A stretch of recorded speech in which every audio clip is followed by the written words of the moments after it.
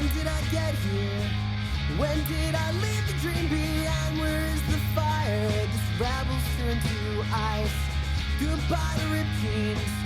So long the summer battle scars. Perhaps this dreamer was nothing but a fraud. Welcome to episode 7 of My Comic Shop History. I'm your host, Anthony Desiato. Follow me on Twitter at DesiWestside. This is our Comic Shop Business School episode. If you've ever wondered what it was like to run your own comic book shop, if you ever thought it would be cool to buy or own your own comic book store, we are going to disabuse you of that notion tonight. No, not really. But what we will do, hopefully, is offer some insight into how to run your own store, run your own small business successfully. So I'm joined by a stellar panel of 3 guests sitting with me here in alternate realities. I'm going to introduce each of them. So across from me, we have Mike Sangregorio, an accountant. Mike, welcome. Hi, thank you. To my left, we have Phil Hussain, Phil, I'm not sure exactly what it is you do. You're like an oil baron of some sort? You know, that's the nickname I've been given. I work for a large commodities trading company. I'm on the risk side. I do valuations and things of that nature. So I have to decide what something's worth and make sure that it makes sense. And to my right, we have Mr. Paul Borrero, who is the proprietor of the Spider's Web, a comic book shop in Yonkers. You recently celebrated your 2-year anniversary, right, Paul? That is correct. 2 years on Free Comic Book Day. And thank you for inviting me. We're going to have fun here. We are. No, thank you very much. Paul, I've been talking about you in almost every episode. I've been referencing you and your store just to sort of have a counterpoint to some of the things that we're talking about with respect to alternate realities. I had the pleasure of visiting your store just a couple of days ago, and first, just to reiterate what I said when I saw you, I really do apologize for not making it to your store sooner. There's no excuse. There's no excuse. There's no need to apologize. I know you're a busy person. It's all right. But I have to say, and I want to get Phil and Mike, I want to get your take on his store in a second, but I just want to say, I was so happy to visit your store. I had such a great time for 2 reasons. One, just as your friend, I'm really happy for you. You seem to really be enjoying yourself. You're doing a great job. And I know how passionate you are about comics. I know this is something you've wanted to do. So it was really cool to see that. And then just as a comic book fan, I think any fan listening to this has had that moment. You go to a new area and you check out the comic book store there. And, just going in was a lot of fun. To see a store, and this is something we'll really get into in this episode, but to see a store that was organized, well lit, well stocked. I bought 5 graphic novels from you. Oh, wow. Yes, you did. Thank you. Yeah, thank you. Thank you, because I bought all 3 volumes of Superior Spider-Man, because you had them all, which, for the past few years, pretty much the only store I've been in has been alternate realities, and the experience is a little different. So now, Phil and Mike, have you each been to Spider's Web? I have not, but the funny story is about the Superior Spider-Man. I had to go to upstate Connecticut in order to pick up those trades. You know what? I did not realize. So I will be coming to your store, rest assured. Yeah, you could have gone right to Yonkers. I did not realize that. And Mike, have you been to Spider's Web? I have. I enjoyed the experience a great deal. I've been telling people about it. Whenever they thank you. attempt to mourn the loss of alternate realities, I say, no, we're all on to bigger and better things, and try to point them in your direction. To echo Anthony's point, I visited many comic shops in many different places, and there's very few that had the welcoming and appeal of the Spider's Web. And granted, I'm a local. I'm from Yonkers, but going in there and it's like, oh, okay, this is what I was thinking when I think comic book store. So I love it. Thank you for all your kind words. I appreciate it. Thank you. You got it. You want to, obviously we've been plugging Spider's Web, but you want to tell people where it is and where people can find you online? Sure. Well, first of all, the address is the Spider's Web, 887A Yonkers Avenue. We are directly across from the back parking lot of the casino. We are on Twitter at Paul Spiders, and we're also on Facebook, tswcomics.com. The other thing I like about your store, just again to compare it to here and other places I've been, as soon as I walk through the door, I see people playing video games, which I like because it's got that community feel that you see here that I think is so vital to building something. Most definitely. I could have hung out there all day with you.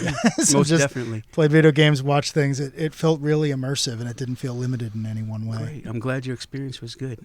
We do play a lot of video games between all of us, especially the fighting games. We play board games. We play RPG games. We play card games. You name it, we do it. We like to have fun there. That's what we like to do. And especially when the community is around us and they don't have any place to go, they come to us, and they have fun there. All right, you sold me. I'm coming Saturday. That's great. You got another customer. I'm coming in Saturday. You even do your own podcast. We get into pretty much the rough things of the comic books. We do tell it like it is. We do. That's great. Well, on this podcast, we don't talk about comic books at all. Oh, wow. Okay. But I mean, really, I've been very excited to do this episode. We had a terrific email chain amongst the Awesome, four of us yes. leading up to Yeah, this. definitely. And if that's any indication of what this conversation will be like, I think we'll really have this will be a great episode. Every prior episode, we've been talking about alternate realities and the business practices of the store and its owner, Steve Odo. What I thought we could do for this episode is, again, really get into the specifics of running a comic book store and sort of use Spider's Web as a case study, as our way into this. And as we talk about your store, we can compare and contrast it with alternate realities. Okay. And Phil over here, prepare to get grilled because this guy came prepared. He's got, the That's audience can't see this, but Right. he's got folders. He's got file folders and notes and pictures. You know what? It's just interesting to meet someone with another store to kind of see how they use things like automation and things of that nature to kind of better streamline their business, which, with this business, I'm not going to, these things are a little antiquated at times. So I'm actually very curious and excited to actually hear Paul's thoughts on this. This would be great. Yeah. I mean, when I sent my email to you guys, one of the things I said was, I don't want this to just be a gripe session about alternate realities. Not at all. We've sort of done that before. And again, there's a lot that Steve has done well, and, we'll touch on that as well. But I really, again, for anyone who wants to know what goes into running a store, anyone who wants to do it themselves, because, Mike, I know you and I, and Phil too, we've all talked about one day buying alternate realities. Yes, we have. Of course. So that idea of owning your own store, and Paul did it. No, but remember, I wanted to own alternate realities as well. Perfect segue. So that's where I want to start. Okay. When did you first have the idea of you wanted to own your own comic book store? I got to go back 30 years. I've been collecting for over 30 years. I want to say I've done the city job. I've done the state job. I've done the family business. All that. I wanted to do something that was for me, where I can be happy 120%. And something, I could put my heart and soul and passion in. And that's what I did. I remember there was a time I was talking with Steve Odo, and I was thinking of buying alternate realities. You had been a customer here for some time. I had been a customer here for over 20 years. Sometimes you call me the number one customer. Sometimes you call me the number two customer. Well, what I remember is we always knew we were getting paid when you came in. This is true. This is true. We knew the store would do enough business that day that we could get paid. That's very true. So I talked to Steve Odo. He told me the ins and outs of what's going to happen, and he gave me very good advice.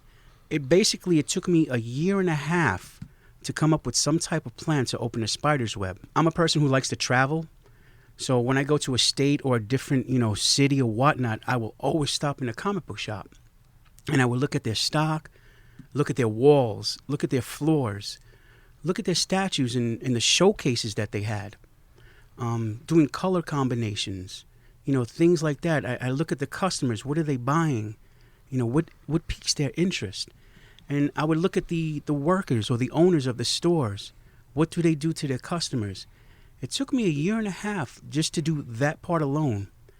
And within that year and a half to find a location. I couldn't buy alternate realities for certain reasons. The rent was too high, especially for this area. Too high. I don't think it's really any secret. I can always cut this after, but Steve pays $7,000 a month in rent. Exactly. And if I was to start a business here, because I would have done everything refreshed, restocking, doing this, paint, whatever I had to do, it would come out of my pocket and it would be just so much money, so much expenses. I told Steve Odo what I was going to do, but I'd still be a loyal customer until I found something. And a year and a half later, I found something in Yonkers. At first, it was fearful. I was scared, just jumping into something, even though I knew the industry and everything. But I had to quickly learn the business part of it. Pretty much what I told myself is, forget about the fear. Just do it. It's your passion and it's your dream. Just go for it. So I opened up my business on Free Comic Day, 2013. After you found your location, how long was it to actually set up the store and open? Well, I opened in May of 2013. I had to do everything from March. I moved in March, signed a lease in March, did my floors, painted, put up the paneling, waited for my stock to come in. Towards the middle of April, everything was really set up except for the back issues. Basically, I was ready to go on the free comic book day. I mean, that's pretty quick. Yeah, that's pretty quick. It's not not that long. It doesn't take that long. You talked about the rent, because that's when all of us that we dream about owning a store, and then when reality hits us, when we're like accountants or businessmen, we go, you know what, this is going to be a little tough with that rent. It's just the cost, man. You're absolutely right. Let me just be honest with you. I own commercial buildings. Mm-hmm. I know rental rolls and everything. I know the taxes. I know what to do with the utilities, blah, blah, blah. Because a lot of people don't realize you have to pay for your Con Ed bill. You have to pay for your water bill. You have to pay for all your expenses from, wherever you get your merchandise. Right. You also have to pay for, I got Verizon, and you know how expensive that is. Of course. So I have to pay for that. And all these expenses coming together, I found the perfect rent. And I'm not going to lie, I'm happy there. I've become established within 2 years. When I really knew that I was established was this year for Free Comic Book Day. When you see a line forming at your door at 10 o'clock in the morning, down the block, going a little bit around the corner, I get chills because I achieved something. I said, I'm well known. The people like the store. They like me. They like the staff. We're doing something right. And that was pretty cool that day. But it's grounded in reality, too. The fact that you chased your dream, but you understood, okay, these are my variables, and I need to be able to manage that risk. Whereas, most of us dream about things, but don't realize, I have to worry about rent being this much. I got to worry about all this. So it's just business savvy on your part. And I'm not going to lie. I've made mistakes. To this day, I still make mistakes. I order over books sometimes, It happens. my numbers. With the numbers, you can never get it right. I've learned that. It depends on who comes in, what month it is, what title it is, who wrote the book, who's appearing in the book. And it's just so many factors in there that, sometimes I'll order like maybe 20 of these, which I should have ordered maybe 50 of these. So, Paul, there's probably a time component to this as well. We just passed your 2-year anniversary. I guess from day one to now, how do you feel about things? And not just the business. I mean, this came from a place of great passion. So Yes. Do you still get as excited on a Wednesday that, hey, I'm going to get my books? Do you still have that? I still have that passion. I still pull all my books off the wall.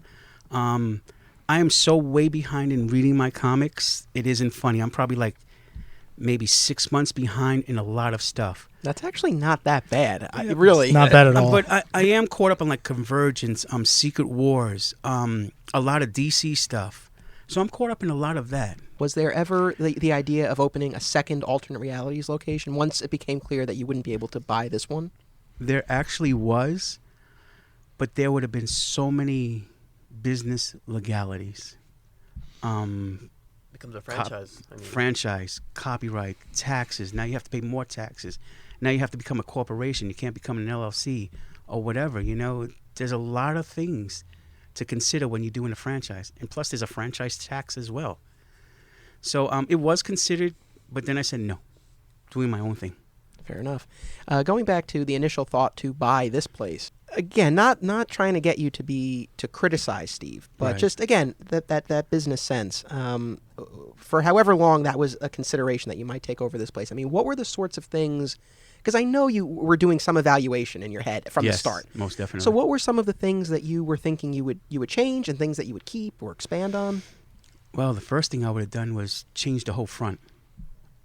Use Diamond's products, which is their cash register and their computer system. Updates everything, and I guess we'll get to that in a sec. The boards on the wall, they're grayish. I wouldn't have, it's a darker tone.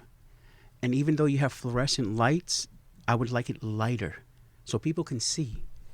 If people can, I don't want to say people do not feel welcome at alternate realities.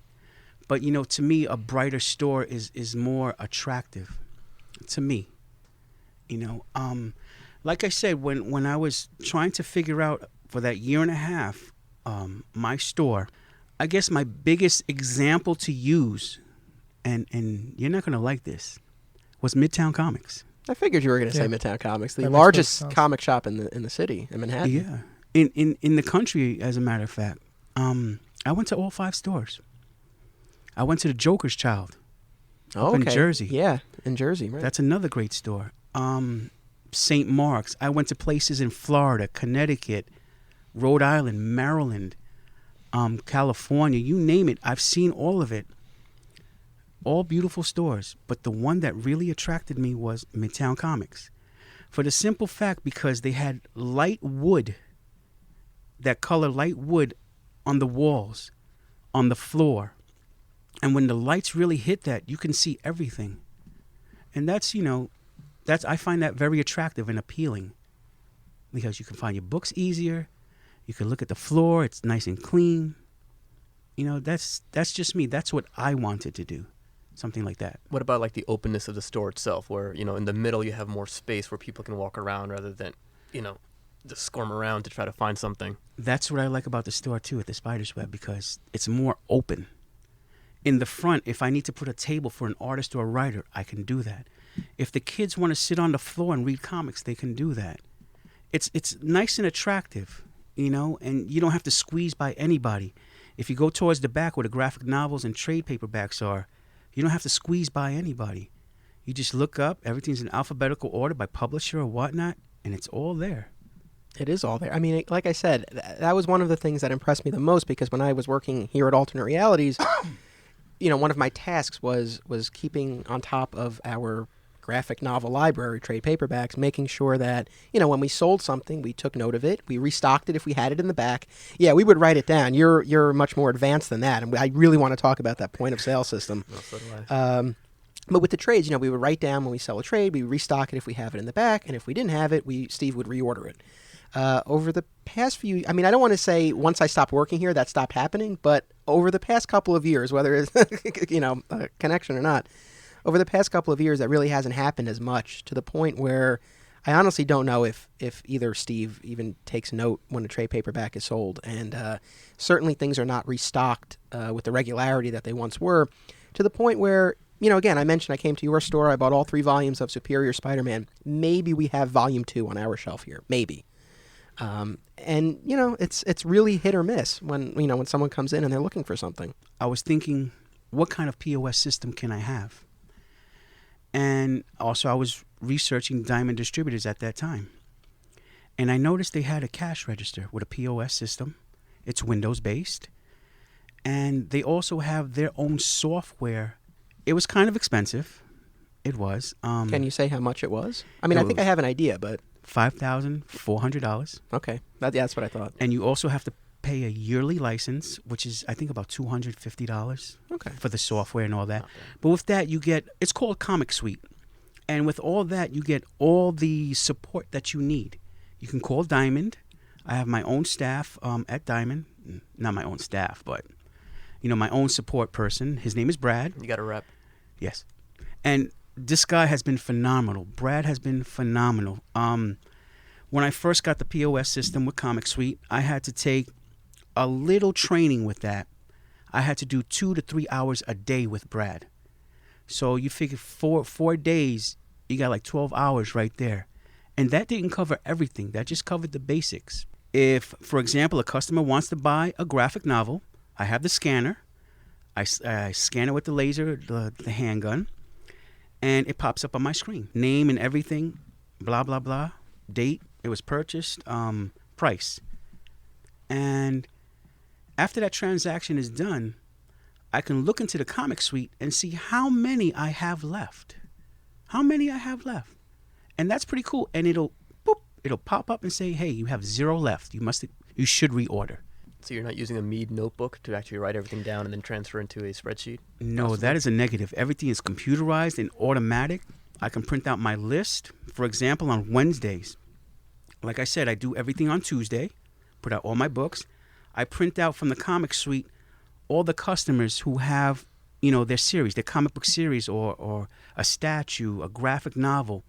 And it's all printed out with their name, their number, because they get a membership number as well, and then everything that they list. Before I can print out that list, I have to check my whole delivery that came in. And they give you the invoice, and we check off everything on the invoice, if it's damaged, if it's okay, if it's missing anything, and we go to the comic suite, we check, okay, damaged, like 5 comics are damaged in shipping. And they'll give you a choice in shipping, packaging, or at the distributor. Usually it's shipping. Say 5 are damaged. So Diamond gives me credit that week, and the following week they'll send me 5 copies of whatever's damaged. If something's missing, I say, no, I did not receive this. I put a 0 there, upload everything, and within a week or 2, I get my product. Mr. Mike over here, accountant. If we're doing a cost-benefit analysis of this, you've got $5,400 initially. You've got the yearly licensing fee. You've got the training time, right? But then once you're set up, you no longer need to do cycle sheet counts. You don't have to count every book on the shelf every week. You don't need to write down when you sell something. So, how does that analysis work? Having been here in Alternate Realities many days, watching the staff do the tasks you just listed out, I have to say that just from a time point of view, it sounds like you're saving a tremendous amount of effort and resources, and that's got to pay off almost immediately. Most definitely. It's amazing. I said at the top that we weren't going to gripe, but I'm going to break that right now, because here's the thing. We've been good, though, by the way. You've been great. Oh. So, actually, in episode 3, I spoke with Brandon Montclair, former owner of the store, and he gave an example to sort of illustrate some of Steve's mentality. And the example he gave was this.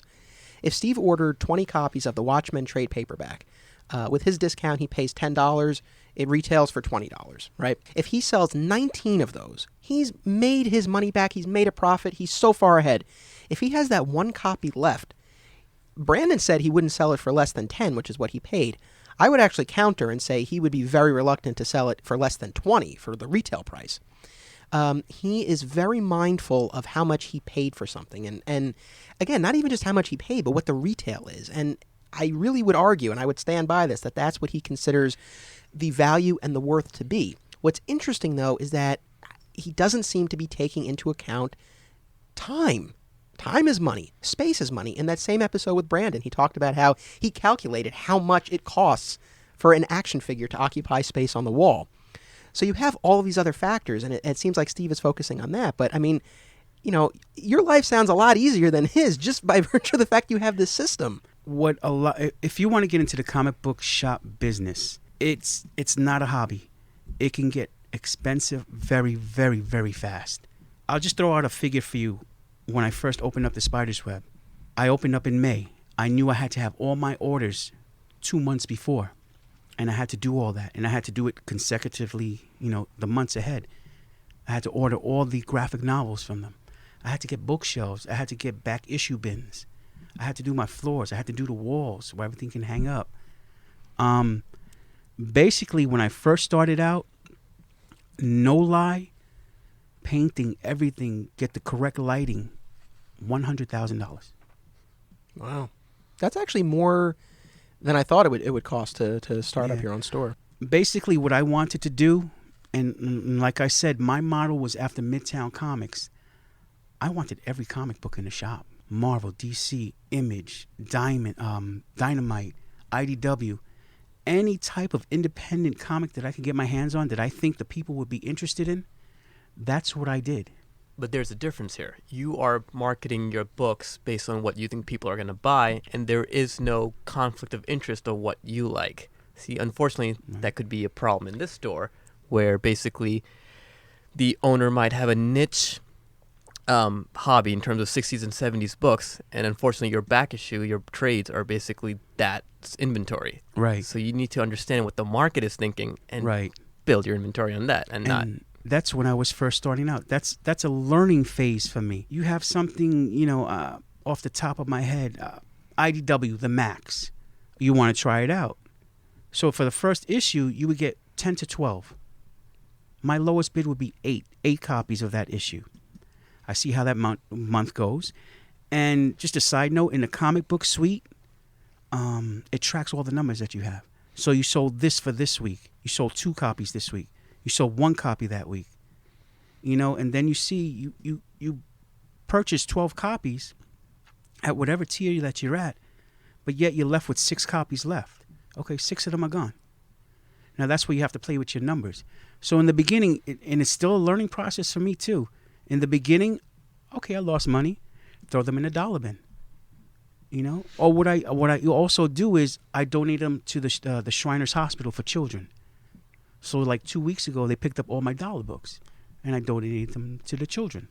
Paul, right there, it's the they didn't sell, so I tried to make money back. And Anthony, you said this before about the time component. My biggest complaint, such as it is with Steve Odo, is he doesn't seem to understand that these things depreciate, and comics are inherently a disposable medium, or at least that was the intent. These things lose value the second they're out of the box. I mean, there are people who shop here, some of which are very good friends of mine, who don't want them in any worse condition than when they're in the box. And you see people come in from all walks of life, and you know, the week after, the month after, once the reviews come in, once the creative teams change, these things lose value, and even more so, exponentially so, with the merchandise, with the action figures and whatnot that we're currently surrounded by. Steve doesn't seem to get that, and I think that's his biggest fallback. You know, not necessarily all the other things that he puts on himself, it's that he fails to see that these things lose value, and therefore it's money coming out of his pocket.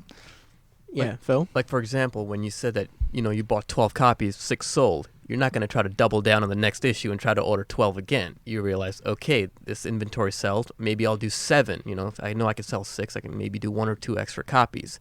And, you know, you also realize that if you're going to buy a niche product, it might help if it's a special order. If someone's going to order, I'm going to use the example here. We have IDW Spirit Artist Edition.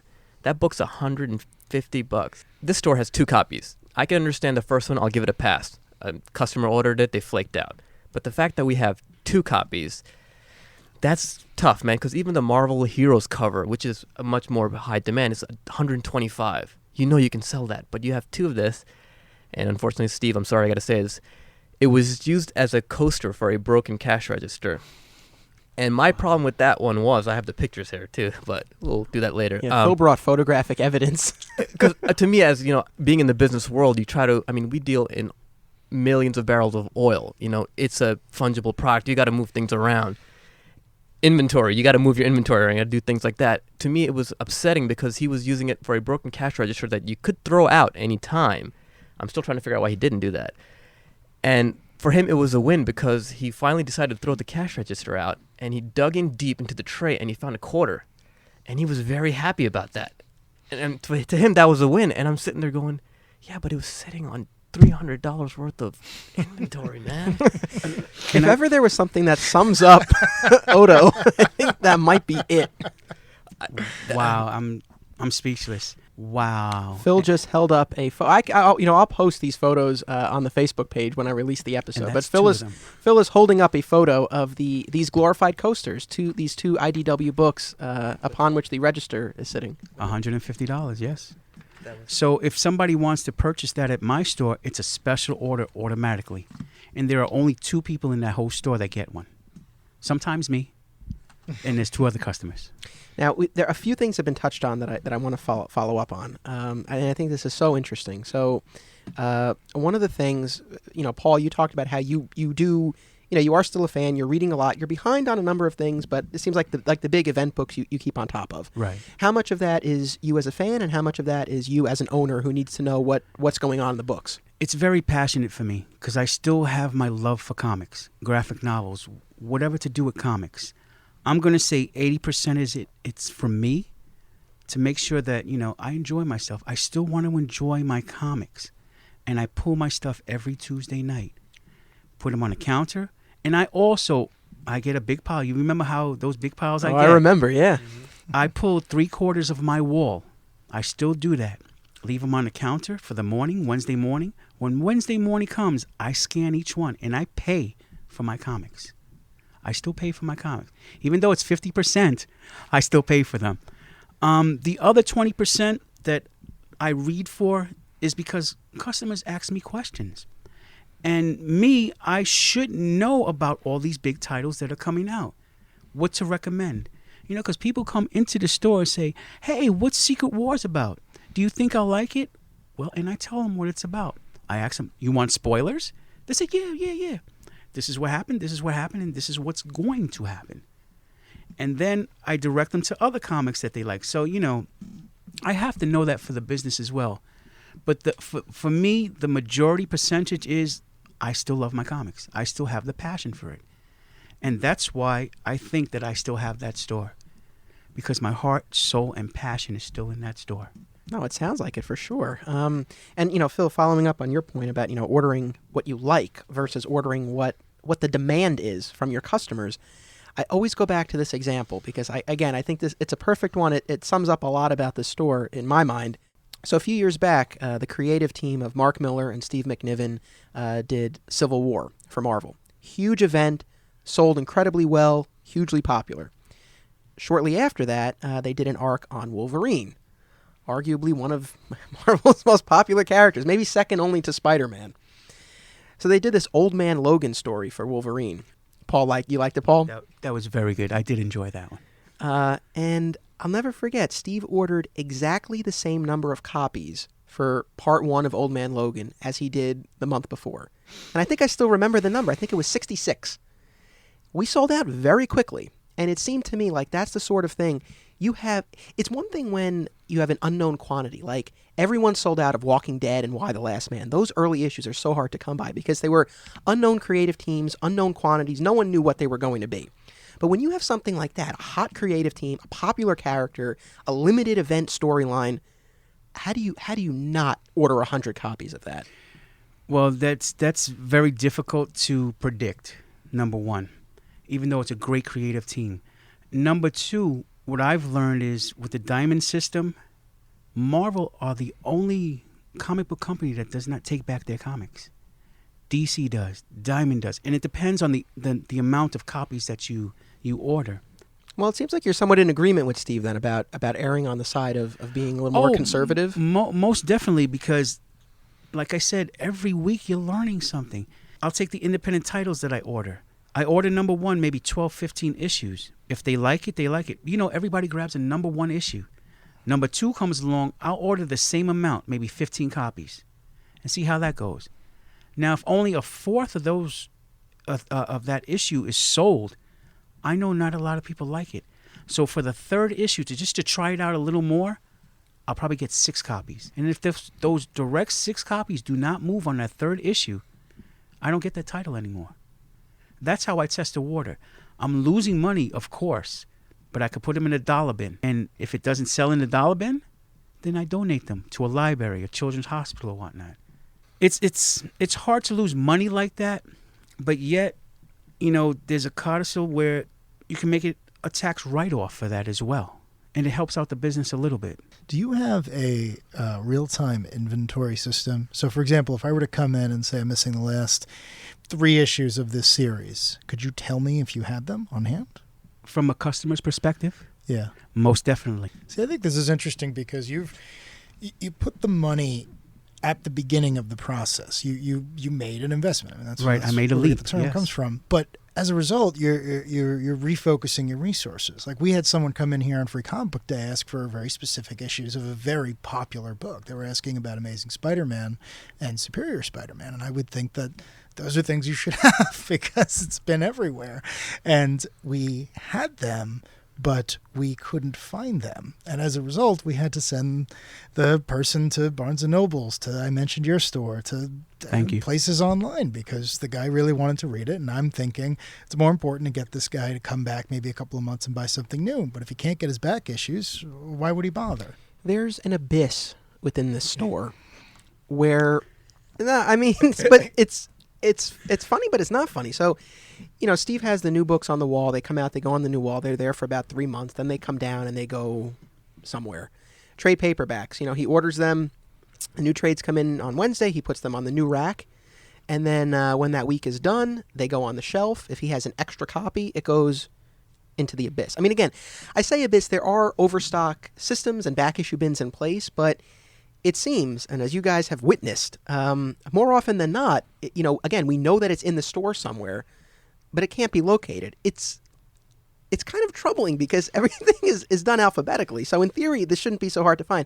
I think part of the problem is there's so much overstock at this point that there are just multiple systems, I think that's the biggest issue. Is that there's multiple areas where the trades are. And you just don't know where to look. I think the unfortunate issue could also be where you order something for yourself specifically, and you find out that it's already put into the general public where you specifically ordered it for yourself. So that was a little disheartening to me. And it's like, I ordered the Infinity hardcover, and I was like, hey, did you guys get it? It's like, oh, it's not in the back for you. And then Sean was kind enough to go, oh, wait, it's out in the public so you can pick it up. I'm like, wait, no. Not to plug the Comic Suite system, but if you do a special order over here, put your name in, put the title, I'll give you the date that it's releasing. I'll hold it for you on the side. I'm a Pull List subscriber myself. My name is in the system. And you know me, I get the weird graphic novels, weird titles or whatever, and I'm the only one who gets that. And it's on my special list order, or it's on my subscription list order. And hey, this goes to me. And I know that already. I don't want to say that the writing method in the Mead book is outdated. That's Steve. He's comfortable with that. But me, when I opened up, I wanted a system that was easy, trackable. If a customer's missing a book, I can look it up easily. I can get it for you or whatever, do your special order, and that's it. 2 minutes tops. But in Steve's defense, isn't there you're at the beginning. Steve's at the end. So I have to wonder, are you still going to be like this in 2 decades? I hope you are. So do I. That'd be Yeah, great, that's a good but, question. That is Steve's- a very good question. Steve opened up in one of the largest financial booms the industry's ever had. And whether or not it was speculative, there must have been a financial reason to do this in the beginning. Maybe Steve would be like that if this were back in the day, but Right. I don't know, he's lived through a lot of weird stuff, and I have to think that now maybe he just doesn't care. And he's admitted as much, because we've spoken about the point of sale system, and there was actually a point a few years back where he at least considered getting it and ultimately decided not to. I don't know, the price tag was probably a factor, but I think it was more just that he doesn't want to learn a new system at this point. And, again, that's perfectly fine. Right. But I think that was, part of it. Right. Well, the Comic Suite is a complicated system. If Paul says Comic Suite enough times on his podcast, they will waive his yearly license fee. No, I don't think so. Can I go back to the picture you have of the very expensive piece of inventory propping up the register? I feel like that's a perfect alternate realities moment, because you wouldn't see that in a store that was going out of its way to make money, but you would see that in someone's personal collection. Like, that is something I would do. If I absolutely needed to prop something up and I had already paid for the damn thing, I would see that as my own. I feel like that's how Steve looks at this place. It's not a business. It's his collection writ large in a space that he pays for. When he talks about finding the treasures, you know what? As an owner, that's great because it's treasures that you find and it's your property. As a consumer, if you go in and find the treasure, you don't buy that Fantastic Four #1 for 15 cents. Steve's going to look at it, he's going to price it, and he's going to put whatever market price he wants. So this is his playground, and we're just invited to just see things. I have been told so many times as an avid comic book fan that thing I found in the store I cannot buy, because now that I have found it, it needs to be priced, compared with existing inventory, and then next time I will be able to buy it. Quite a lot of money. That happens, and sometimes you might see something, but physically just not be able to access it. Phil? Perfect timing. Exactly. So Steve actually has a manga sale blowout. So he's got, if you buy 1 to 3, it's 30% off, 4 to 6, 40% off. That's great. You have the banner. One slight problem. If you can look at this image, he literally has barricaded the inventory to that you want. Actually, there are books, I kid you not, I want to pick up, but I literally cannot because he's created a Berlin Wall for people to actually not be able to pick it up. It's the best sale in the store, and you can't get to anything. I had so good you can't even reach it. There was a woman who came in one Saturday asking for these particular books, and I kid you not, I almost killed myself climbing around this. The poor woman bought stuff. I think she was just afraid I was going to get hurt getting the stuff for her. I think she just felt guilty.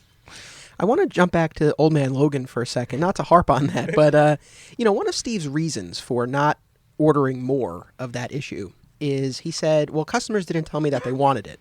So I have 2 questions for you, Paul. Do you run into that situation as well, where customers just aren't very vocal, they don't add things to their pull list? And then the second question, if that is the case, what, if anything, have you done or would you like to do to sort of encourage people to be more vocal about what they want added to their list? Every time a customer comes to buy their books, I ask them, do you want to add anything to your list? Do you want to take off anything to your list? And I'll go back to Secret Wars.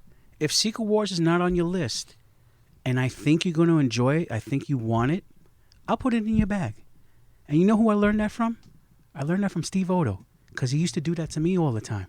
He used to put all the types of comics that I like, you know, the supernatural, the mystical stuff, the horror stuff in my bag, my file. And that I always appreciated, and I took that with me. Well, one of the things that I know you do, and you do it well, is again the events. And you have signings. You have people come in on Saturdays to watch cartoons. You do a lot of things like that. You're very active on social media. One thing that I think is really interesting is you've been around for 2 years. Alternate Realities has been around for 23. Your number of Facebook likes dwarfs ours. We don't even have a Twitter, so you're ahead there. So again, much has been said in previous episodes about how important it is to make the store a destination. I put up a place. I opened up a business where I wanted to have fun as well. I put up a gaming section. Board games, RPG games, card games, whatever you want to play. Do these people, do they then go on to buy things in the store? Or do you find some people just come in, they play, and they go? My number one rule is if you want to sit down and play, please purchase some of the merchandise that I have. Is that a rule or a request? That is both. It is a rule and a request. At least do that. Support the shop. I have snacks there for you. I have sodas, water, candy, chips, whatever you need. It's there, and that's the only thing that I ask. I don't charge you to sit down. If you're going to play Pokemon, at least buy 3 packs of Pokemon. And regularly, they are $3.99, $3.99 a pack. If you buy 3 of them, I give it to you for 3 for $10. You're saving yourself $2 right there. Go ahead, go in the back, play. Don't worry about it. But that's also a diversified business that you have, is where, you don't want to make it just a comic book specialty store, where you realize possibly that, you kind of have to expand your horizons, and you need to do Magic, you need to do Yu-Gi-Oh, you need to do something, because, some people have that habit where it's hard to break, where it's like, I just want to do one thing. But in this environment, it's just, you can't. People are interested, they'll buy it. If they're not interested, I start having sales, 25% off. All right, there's a couple of things now that sparked. One is this. At the top of this episode, you mentioned the Comic Book Resources article. It was an interview with Mark Waid. Yes. And there's something very important that I want to touch on in that. So again, for those who don't know, Mark Waid is one of the premier comic book writers. But for what's relevant to this is that he is also the co-owner of a comic book store in Indiana. And in this interview, he made a really important point that all of us who read it latched on to this point. Mike, would you like to explain what that point was? Yeah, Mark, who you got a first name basis with the guy. I have spent enough money on his books over the years. He better believe I'm on a first name basis. I've actually met the man at our very own Westchester Comic Book Show a couple of years ago. He was great. He's a jewel. He said in the article, he hasn't been doing this very long, but what you're going to sell on a Wednesday, presumably your busiest day of the week, should cover your diamond order. And he said that was the best piece of advice he had been given, and it seemed so obvious that everyone except for him seemed to know it. When his store was going through a restructuring, it was his first line every week. And I don't know that that's something Steve has ever considered. So just to follow up on that, so he made that point, and he also said, because that's definitely, we all responded to that. I think it's a great point, and I want to get your take on it, Paul. But and the other thing he said was, for the other days of the week, that's when you make the money to cover your other expenses, to build up the war chest and all of that, pay your employees, all of that. And he said you need to have other things, to bring people in. I think one of the examples he gave were those pop vinyl pop figures, which I love. He doesn't. he the face you made, Paul, I think is probably how Mark feels about it as well. But he said, they sell a lot of those on the weekend. Well, basically what I do is I look at my invoice, look at my wholesale price, and I just hope and pray that I make that Wednesday, which I usually do. If I can't make it in one Wednesday, I'll make it Wednesday, Thursday, and Friday. I'll break even in those 3 days, and I'm happy right there because I got my money back. It's a return. Now, Friday, Saturday, and Sunday, for me, are kind of busy. And usually it's the graphic novels that go, and also the gaming cards. So, if I know you've been here a couple of times, more than a couple of times, and you want Pokemon, Magic, you want 3 packs, I'll give it to you for, $10. 3 packs for $10. I'm losing $2 on the retail side, but that's okay because you're coming back to me. And that I appreciate more. The way Mark Wade puts it, if I can break even within 2 to 3 days, I'm happy. The rest is, just extra cash coming in for the next bill. If you don't mind me asking, and if you don't want to answer, that's perfectly fine. I know you have your other business ventures. Could you live off of what you make from Spider's Web? I could. Okay. I mean, I could pay my bills. I'm fine with that. Well, I think that's encouraging to hear. I think, So the percentage of the business that you do for your pull list customers, what percentage of that is part of your Wednesday group? So basically, the inventory that you're pulling for the customers already versus the I call them the speculators, the guys that come in and just randomly buy books. What is the percentage of that? I'm going to say 60 to 70% my pull list is all the new stuff. How many reservists do you have? I think now 228. Wow, that's... I think more 228 than I thought. now. I think that's Yeah. probably on par with, Yeah. if not maybe a little more than Steve. I think Steve has around 200. There might be more, but you're right there. But, I run into the same problems like Steve has. People want to be on the list. They don't come in for a couple of weeks. Someone puts their name on the list. What is the process? Do you ask for a down payment? Do you say, hey, if you don't see in 2-3 weeks, I'm canceling? Do you have someone calling them back? What do you do? Basically, they sign up, and I ask for them to have at least 8 titles on their list. At least 8 titles. And we'll hold them for them. It's a weekly basis, come and go as you please. You get 10% off all your purchases. So it's they get 10% off when they buy. It's not a credit reserve system like we have here? Gotcha. No. I don't do the $100 thing. You get up to $100 and you get $10 back. I give you 10% right at the register that same day. And if you leave your books there at least 4 weeks, that's when you get 1 call. 5 weeks, you get a second and third call. And that's when I suspend your subscription. And not to say Comic Suite again, but you press subscription, suspend, and their list is no longer on my feed. Do you call Yes. them yourself? Or? I do call them myself. I ask them, are you still interested? Do you still want me to pull these books for you? Yes or no? When are you coming in for them? I said, okay, please come in for these, and I will no longer pull books for you until you purchase these. Do you take it personally? Like, do you feel as if this is a personal slight? Like, I want to get Paul, so I'm specifically not doing this? Or do you just say, oh, it's business, things happen? It's business, things happen. I had to call somebody tonight. He's been there for 5 weeks already. And it's, every week it's maybe 3 or 4 titles. But it adds up. And he said, please hold these for me. My wife doesn't know about this. We just had a baby. I have money issues. Okay, I'll give you a chance. I'm going to trust you. But don't play me for a fool. And I don't take it personal. I know you're going to have money problems once you tell me you just have a newborn baby. Your wife doesn't want this in the house. She doesn't know what you're doing behind her back. If you don't have your wife's support when you have this type of hobby, then you shouldn't do it. Truer words have never been spoken. You shouldn't even hide it from her. That makes sense. Just a little bit. Again, when I spoke to Steve for this first episode, I brought this up because on our sheet it says you have 3 weeks to pick up your books. If you don't, we'll stop pulling. And I said, why don't you follow your own policy? And he was like, oh, well, that's the fine print. Nobody reads. I was like, well, okay. And the result is you have a box full of stuff. Which is not to say that he won't ever pull the plug. Mike, you were actually on.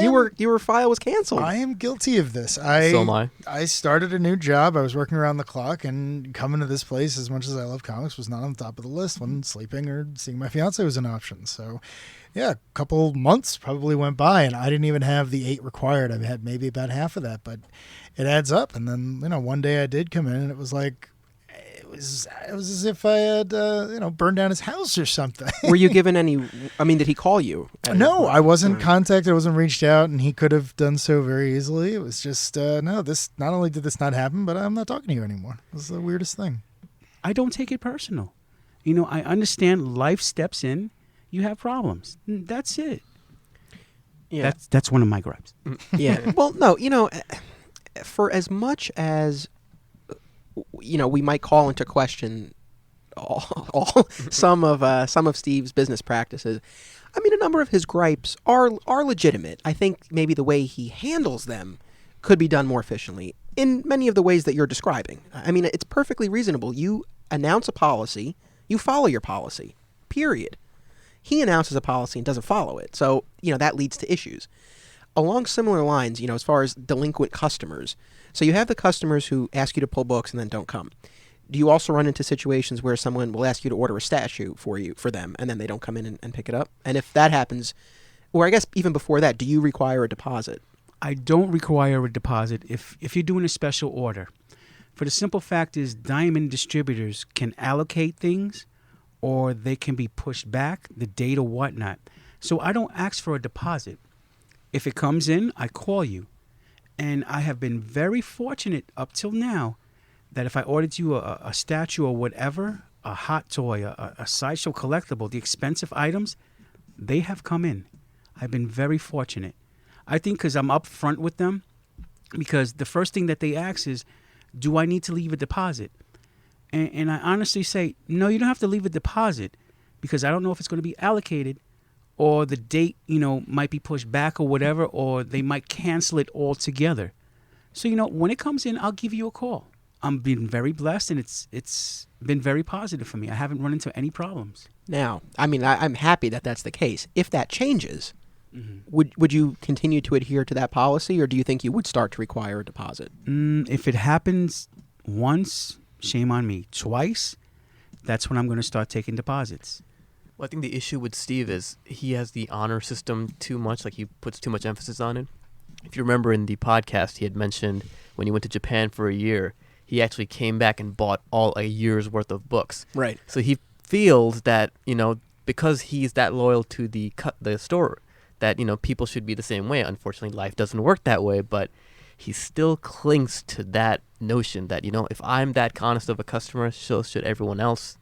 And then, unfortunately, he gets his heart broken and then gets angry.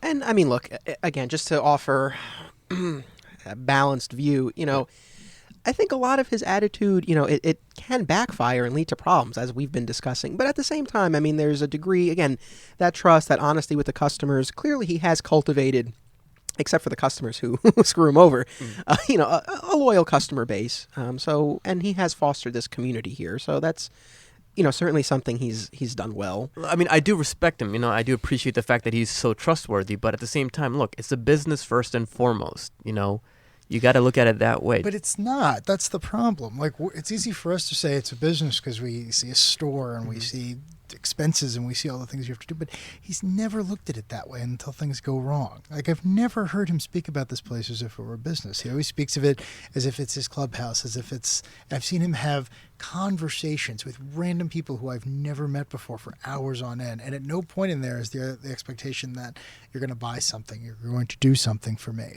It's like, no, this place is Steve. And the fact that it was making money for so long just happened to be a happy accident. I mean, just to use myself as an example, that's why I came back. I mean, the job in question switched. I had a lot more time on my hands, and it's like, well, what am I going to do? I'm going to go hang out with my friends. All my friends happen to be at the store. A couple days ago, it was Saturday, and I did what I needed to do, and I came by to say hello. And within an hour, Phil, you were here. An hour after that, Anthony, you were here. People came and went. It was great. I don't even think I actually bought anything. Not that I didn't want to. I just didn't get a chance to, because by the time all my friends had left, the store was closed and the cash register was out. So just to clarify, I'm not a heartless oil baron where I'm saying it's just business, it's nothing personal. Just want to clarify. Look, it is a clubhouse to me as well. I mean, I'm as heartbroken as anyone that the store is, transitioning to whatever you want to call it. I don't want to even know. I want it to do better. Nothing would make me happier than for there to be a bad cop to Steve's good cop. If Steve could sit behind there and, glad hand the customers while someone else says, hey, you got tons of statues in the back or tons of high items, or ask me, hey, you're going to buy something, that would be fine. But I don't know. Steve seems to want to play both roles, and he's never did that too well. Yeah, for the record, what's behind some of this criticism, or all of the criticism really, is that we all do care so much about the store and want it to be successful and don't want to see a Facebook post saying I have to close because my customers screwed me over. Again, the three, Paul, you do run your own store. The three of us, we have not. So again, we haven't walked in the man's shoes. Right. But I think we all look at things And again, I mean, I've worked at the store, so I have been on the inside of it, and you see things that could be done differently. And I guess it's just frustrating when, certain actions aren't taken. There's this one story. I mean, no, once again, I'm not beating up on Steve. There's this one incident where I was so speechless. Like, all I could do was just listen. We actually had a customer come in, and now Steve has ordered in the past sometimes mini busts in too excess quantity. So we have these X3 X-Men Halle Berry Storm mini busts. A woman came in and actually said, I see that in the back. I would like to buy it. And I'm like, oh my God, after 10, I don't even know how long was X3 came out, couple, 7, 8 years, someone wants to buy it. And Steve just looked at her and said, you know what? They have better ones on eBay. And I kid you not, like, I literally just, like, I just was like, I couldn't understand what's going on. And this woman said, no, like, I really like it. I mean, I looked at it. I want to put it in my cubicle because I think it's really cool. And he just started using some Jedi mind trick where I myself just completely blacked it out because I was so shocked. And somehow he convinced this woman not to buy it. So I looked at Steve. I'm like, Steve, you could have sold this. I mean, you have an inventory. Remember, you have inventory issues, space. You could have sold it. He goes, I know, but why didn't you do it? He's like, because I didn't feel like she should buy it. I mean, that's the thing with the clubhouse where he felt this person should not buy this because, this is his clubhouse and he can decide what he wants. And I was so shocked. I mean, how could you do that? I mean, I'm speechless. I'm speechless right now. I'm sorry. I can attest. I mean, I've seen him talk customers out of buying things far more than I've ever seen him do the opposite. Same here. I've seen it. I've watched it happen. Oh, so it was just first time experience for me then. I'm sorry. No. It's. I mean, your response is understandable. It's just it doesn't seem to fit. I mean, one thing that really has Paul. Paul's beside himself. He just can't fathom this. No, because I remember something happening in my store, and a person wanted to purchase a statue. And I'm saying to myself, are you worthy of this statue? Will you take care of it? Will you give it a beautiful home? That's what I think sometimes. Have you ever not made a sale for that reason? No, I sold it. I did sell it. There you go. But these are just some things that go through my mind. And I'm hearing Phil? Yes, sir. I'm hearing Phil with this story. I'm like, wow. And I think that's the difference. The fact that you might have that consideration, but you still make the sale. No, I have to make the sale. I have to pay my rent. I have to pay my invoices. I have to do what I have to do. And I think, we should address something. And because, for as much as we talk about, the business practices, I mean, the reality is that Steve has not relied on this store to live. He has lived in his family home for much of the time that he's owned the store. He might have approached things differently had that not been the case. Maybe I'm in the same situation as Steve. I can't want for a house. I can't want for any of my cars. Everything is, not to sound pompous or whatever, but everything's paid for already. And I don't have that problem either. But my business has to succeed. I'm putting all my personal money into this business. I mean, there's a sense of principle and morals that you have, but, to the point where, you just have this principle of not selling something to a customer because, you don't like the way that they're going to showcase this. It's just, it's just mind-blowing. I mean, how do you... But it's also telling. I mean, what other industry, especially of a retail variety, gets that dedicated in its product? I mean, this industry is so strange. I mean, Paul's talking about this statue as if it was his own, as if he crafted it. And I know what he's talking about because I've seen people come in here and buy something, and I'm thinking in the back of my head, well, you're not going to appreciate the way I would, even though I already own 2 copies.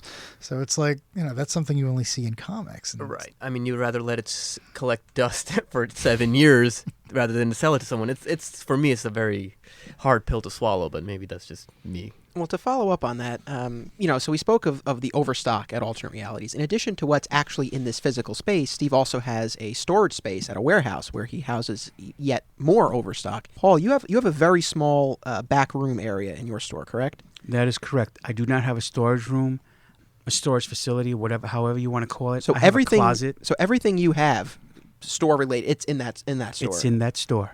I'm assuming it's a conscious choice to not accumulate overstock such that you would need a warehouse, right? That's the thing. I do not want to overstock. One thing that I learned from Steve about back issues, and he told me this himself, if you overbuy copies, you buy 12 copies and 6 of them are sold, only keep 2 for yourself for your back issue bins. And I've set myself to do that. Then I put the others in the dollar bin or whatever. And if, like I said, if they don't sell, I'll donate them. You know. Wait, that's not the advice that Steve gave you, though. No, not that part. Not that part. Not that part. You know, the kids' books, Scooby-Doo, SpongeBob, and all that. If they're not selling and I have a lot of back issues, I'll put them under my counter. And if I see a kid come in with their parents, I'll give them a comic. Hey, here's one for you. Here's one for your sister. That's what I do. Am I losing money? Yes. But honestly, I get kind of a satisfaction where I see the kids smile. They'll say thank you, and maybe they'll get into comics themselves. You know, that's... So you're getting them when they're young, right? I mean, in that way, you're making That's an true. investment. But you also understand the importance of shelf space. I mean, if you need to put something in a dollar bin or just give it away, you know it's more important to have that shelf space open. That is correct. Yeah, I mean, at a certain Yes. point, these things are sunk costs. And again, you're just spending more money to store them. No, So- you're absolutely right. And again, giving something away, you're clearing space, you're, again, expanding your customer base, either acquiring a new customer Right. or taking an existing customer and getting them interested in something else. I mean, Correct. there's such value in, again, taking those 6 extra copies that you didn't sell and giving them out to somebody. Exactly. Maybe they'll read it, maybe they won't, they'll like it, they won't, whatever. Right, but right. if out of those 6, even one is like, oh, hey, this is pretty cool, I want to add it to my list. There you go. Mike, I want to toss this to you. So, again, you're an accountant. Hypothetical. Steve comes to you and he's like, I don't want to close after all. I don't want to sell. I want to keep this going, but I want to change things up a little bit. I want your expertise. I want you to do an analysis, an audit of my business, make some recommendations. Now, I know you haven't actually seen his books, but what sorts of things would you need to see, and what sorts of, just off the top of your head, recommendations? I mean, again, I know, we've been talking about a lot of them, but if there's anything more specifically or different than what we've said. Sure. I mean, I understand Steve's hesitancy for making a huge capital investment. I mean, this is not a place where you're going to have a lot of cash on hand if you don't already. So I get that. My biggest thing is using the assets that he currently has. We constantly talk about shelf space. We constantly talk about things that might be out of sight of the person coming in here and shopping. Steve's got tons of regular traffic, and that includes people who come in off the street, and that includes his regular customers. When they come in here, and I'm including myself here, we look at the same things. They're white noise to us. So I'm looking at places where I might want to buy something, and I'm seeing the same things I saw last week. I know they're there. My brain's not really processing. Comics are the same way. I vaguely know where they are, but nothing's being turned over. To use a place like Midtown as an example, where I go sometimes just because it's close to where I work, the books change out every couple of days. And maybe that's not an expectation you can have in a smaller store, but for the person who comes in and they're not what we would call a regular, maybe we can point them at something. And it's difficult to do that if things don't move around, if there's not a real flow. And the biggest example I would use is, there have been a lot of cross-promotion in different media. I mean, we've probably all seen Avengers and Daredevil and, there's constant other shows. None of that stuff is out here. So I get someone coming in on Free Comic Book Day, and this happened. They said, I watched all of Daredevil, and I love it, and it's a character I never cared of. I made 3 or 4 recommendations. Not only did we not have it on hand, but it wasn't even aware. Like, we have spaces in the front of the store where you should just be able to see that stuff, and it wasn't there. And I feel like we missed an opportunity. We could have made a good amount of money that day. I'm sorry, just to chime in on that, for example, like for the new Civil War movie that's coming out, Black Panther is going to be in it. And, for me, I think that Infinity story, going back to it, it showed an amazing Black Panther as well as, Wakanda. So this guy came in, he's like, oh, I'm interested in Black Panther. I'm like, well, you got to read Infinity. I mean, you just want to see Black Panther kick some butt. You got to pick up this book. And he goes, oh, sold. Like, all right, let me see. And of course, heartbroken as it always would be, I tried to look for it. We don't have the hardcover. We don't have the soft cover. And it's just like, the cross promotion. Look, movies are coming in. You need to understand the importance of these movies and what's going to do. The Civil War graphic novel, things like that. Speaking of the movies, and this actually ties in with another question that I had for you, Paul, about advertising. So, you go to the movie theater and they have these commercials playing, not even commercials, but just the still ads that will run before the commercials even start. And I'm always thinking, like, boy, it'd be great to see an ad for alternate realities before any one of these comic book movies. Is that anything you've thought about? Have you looked into it? I mean, I don't know if it might be cost prohibitive. So that's my, I guess, the first part of it for you. Well, talking about advertisements, I did advertisement in the Cross County movies and also in Ridge Hill movie theaters. It does get kind of expensive, but DC gives you an allowance. an advertisement allowance through Diamond Distributors where they'll pay a percentage of your advertisement. And you can see that on your invoice. It's right there. It's allotted. You know, for example, I have up to maybe $900 right now, and I could use that anytime I want. And they will return that $900 to you for advertisement. If you don't mind me asking, I mean, how much does an ad like that run? A still like that cost me, I think it was $1,200 for the whole month in each movie theater in Cross County. And it's a write-off. It's a tax write-off. You know, it's an expense. And, you know, when I put that in Cross County, a lot of business came in. A lot of my customers saw that, and they would cheer me on. It goes back to, you know, losses and gains. You know, is it worth it? Yeah, sometimes it's worth it. I advertised in the newspapers. I've advertised in the Penny Saver and stuff like that. Those did not work for me. You know, I've learned that in this business, it's more word of mouth. And that was the point of Free Comic Book Day in the first place, right? I mean, you guys opened up on Free Comic Book Day, which was great. I mean, that's how I found out about the place. But I remember thinking back to the first Free Comic Book Day, I think in like 2002, and the point was, hey, Spider-Man's here. We're finally in the movies. This is happening the way we want it. Now go to your stores tomorrow, get a free comic, and while you're there, see what's around. Pick up the comics that you like based on the movies. That's absolutely right. And, you know, I gave away a whole bunch of comics this year. I think I tripled what I got last year because there were so many people this year, and I was grateful for that. That's so interesting. So you're talking about the free comics, the ones you gave away. You Yes. actually increased the number that you ordered. I did, yes. As opposed to here, where I think the number went down, if anything. No, I increased because I also get them for my pull list subscribers too. I'm grateful. I was really established. Everybody came in. Within 3 to 4 hours, all those books were gone. You know, it was so organized. We had candy. We had, you know, balloons. We had all this stuff for the customers. You didn't have a sign saying "Don't be a pig"? No, I did not. Oh. No, I you know, I'm thankful and grateful that everything went out without a hitch. What about a return policy? Okay, this is one of my pet peeves: return policy. If you buy a comic and you bring it back the next day saying I did not like this, I'm not going to refund your money or return it. You already read it. Same thing with graphic novels. You know, I had one teenager, this is an example, one teenager, he bought a graphic novel. He read it and everything, and I had remembered him. He came back 2 days later, and now, you know, it was creased on the cover and stuff like that. And he said, I don't like this. Can I trade it in? And he was with his grandmother. And I looked at it, I said, well, you already read this. This is used. And the grandmother says, oh, just change it anyway. Don't worry about it. No, I'm sorry. I can't do this.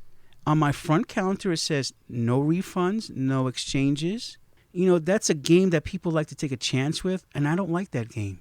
If someone comes in and they're like, "Oh, I bought this yesterday, but I have it. I didn't realize that I already had it, and it doesn't look like it's been read," will you swap it out, give them their money back? I take it on a case-by-case basis. If you're a good customer and you're always coming back to me and stuff like that, I'll take your word for it. Is it common practice? For me, just being the medium that it is, comic books, I mean, refund is just such a tricky thing. Because it's, you know, if it's shrink wrapped, I can understand possibly if you return it and it's still shrink wrapped. But being a comic book, I mean, you can read it and give it back and just say, oh, I want my money back. It's just that type of medium where it's just... Yeah, it doesn't seem to lend itself to, Yeah. to but returns. It's like buying a book at Barnes & Nobles. Exactly. I mean, over there, you can get your money fast.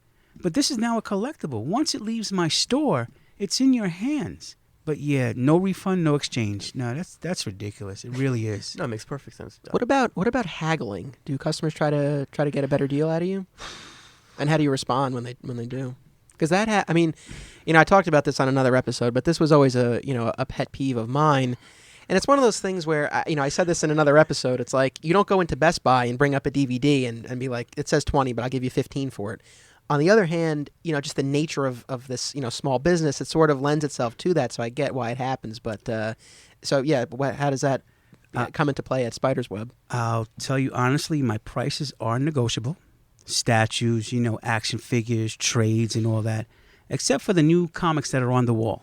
No.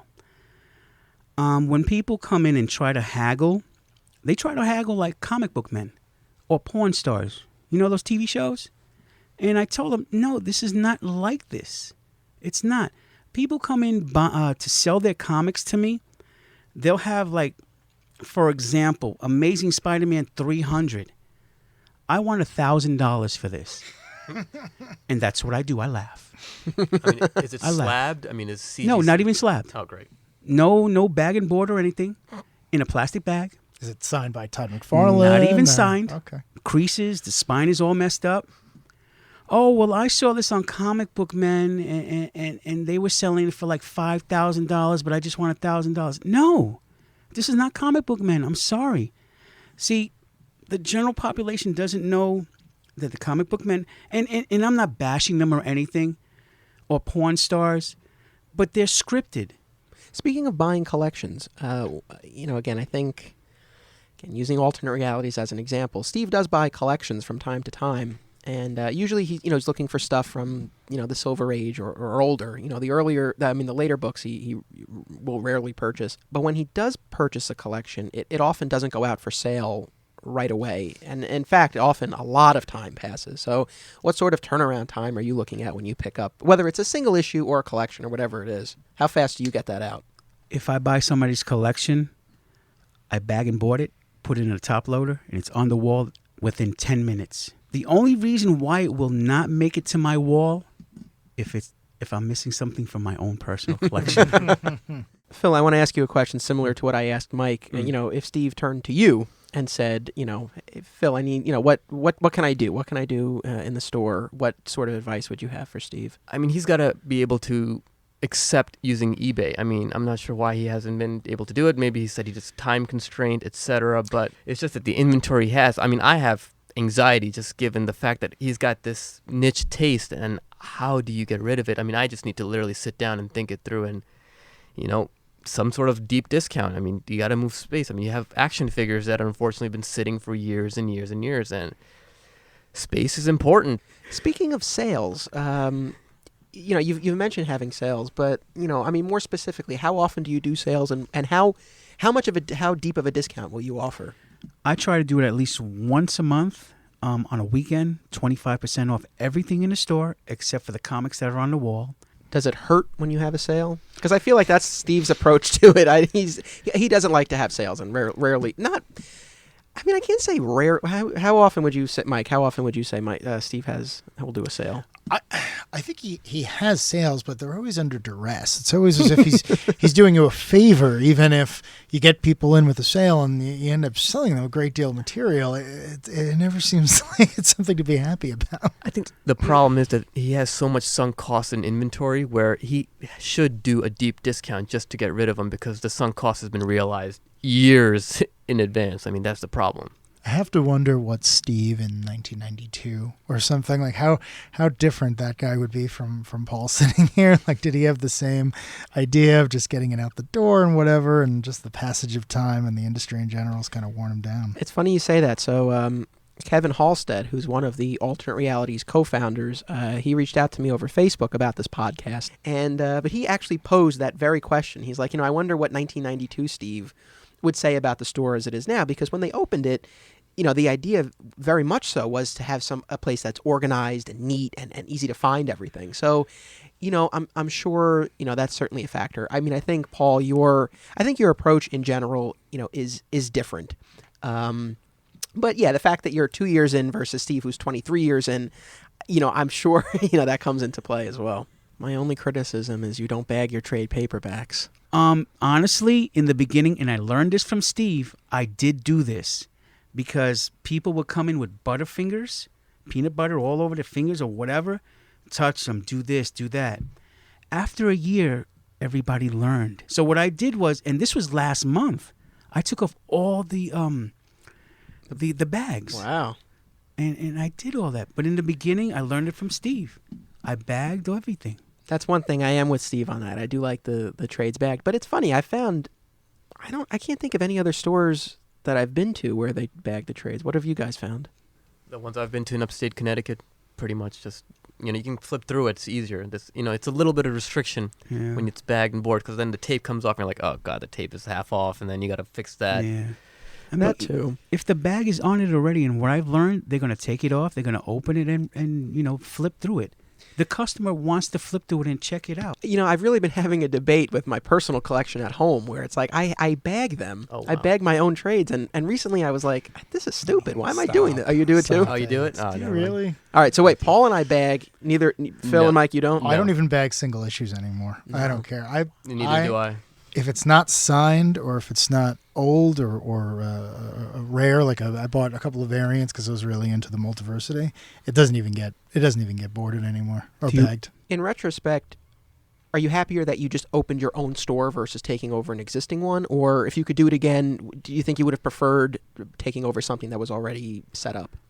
Honestly, I'm glad I started from scratch I agree. because yeah. I put my own ideas into it. I put my passion, my heart, my soul into this place. You know, I put everything that I had into this, my whole energy. I think sometimes when you get the idea carried over, you tend to stick with that old idea rather than bring your own 2 cents into it. So it's actually, I think it's a great idea. It's a heck of a risk, but you It know what? is. I think it worked out really well for you. So Thank you. Thank you. And honestly, if it cost you $100,000 to set it up, you know, Steve's asking price for the store has always been about $250. So, you know, it worked out. I remember that. Yeah, I'm sure you do. But like I said, I'm happy where I'm at. And I've told myself, if there's a day where I come in, you know, angry, depressed, anxious, and I don't like this anymore, that's the day I close down. One of the last times I wanted a comic specifically for Steve to order it for me. It was a small press book. It was non-Marvel, non-DC. And I said I would like one copy. That's, you know, all I can need. And at the end of the visit, he says something like, "Oh, okay, I'm going to order a bunch." And I'm like, "Why?" And it's like, "Well, you like it, and you know, you pay attention to this stuff more than I do, so clearly I should have some on hand. This is going to be very popular." And I'm thinking to myself, no, this is something I get blamed for. And as far as I could tell, every issue except for the one I bought is still about 3 feet from me on the racks. So. That's unfortunate because, you know, going back to what we were saying before, you know, I think a frustration we share is that, you know, Steve doesn't, I mean, honestly, he doesn't have his finger on the pulse of the industry. You know, that's what I was getting at before with the Old Man Logan thing. It's like, I get, you know, you don't want to overorder. And certainly, as we've said, I mean, overstock is a huge problem. So the fact that he was more conservative about it, that I'm okay with. It's just that he didn't take into account at all, again, the creative team and the storyline. So I feel bad because that's right, Mike, that's one instance of him actually trying to do that. Yeah, and it wasn't the only time. I mean, pretty much every time I've asked him about something, I guess because it's rare, because I'm not the guy who gives him a list every single month, it's like, oh, this is something that I should order a lot of. And I immediately become not only concerned, but worried, like, well, what are you doing for your other books? Like, are you reading the news about comics? Are you following trends? Do you know what shows are coming out? Because you talk to him personally, it's not like he's following this stuff. So I have to wonder, what is he basing his orders on? You know, if it's sold out, I'm happy that the whole series sold out. All the numbers sold out. I'm happy.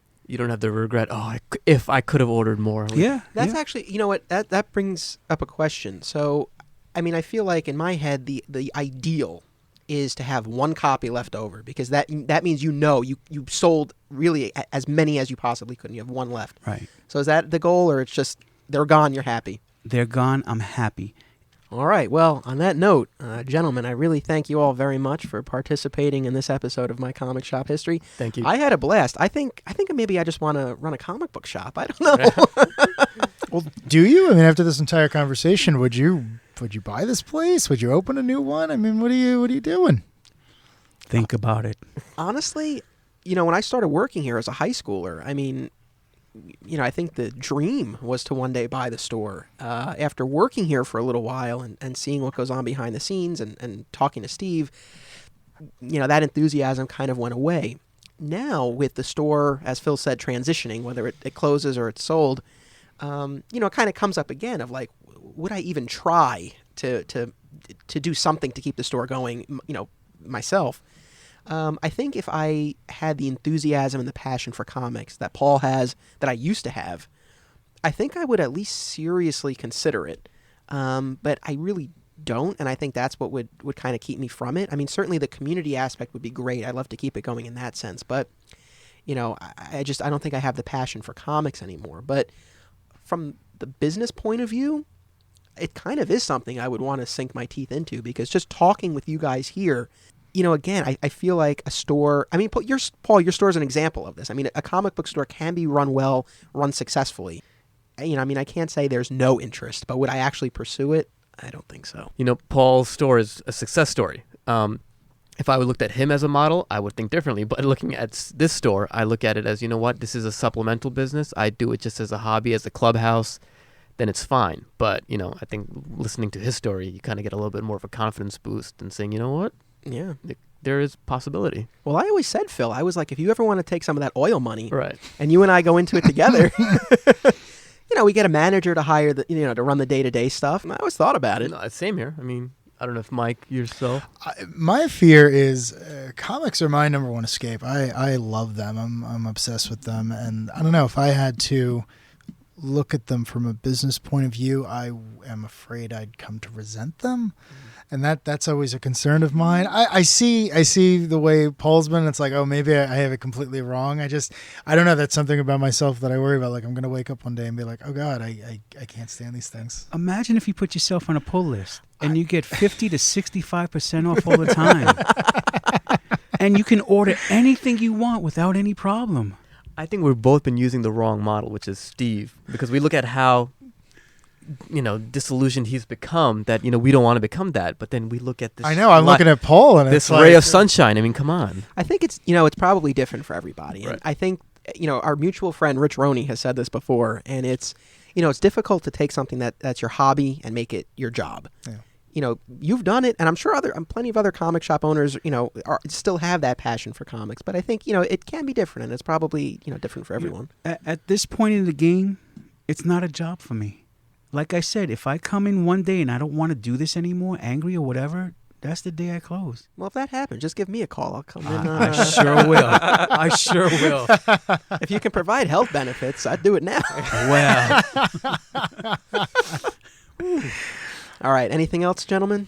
No, it's just been a pleasure. It's been a lot of fun. Anthony, thank you very much for doing this. Thanks again. I just want to say thank you for inviting me, and I had a lot of fun. Thank you. Oh, I'm glad. Well, I had a blast, and hopefully listeners will find this interesting and insightful. So thank you once again to all of you. Thank you to the listeners who tuned into this episode. Be sure to keep tuning in. We got some great stuff coming up. And until then, don't be a flat squirrel.